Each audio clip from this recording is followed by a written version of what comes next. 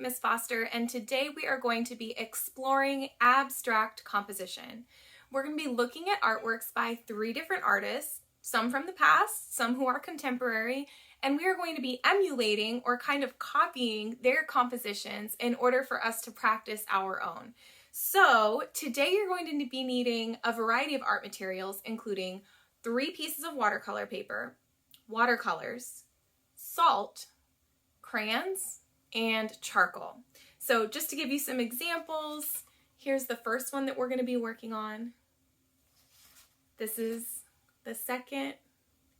And because I don't have 3 hands, here's the third one finally. So go ahead and grab your art materials and let's get started.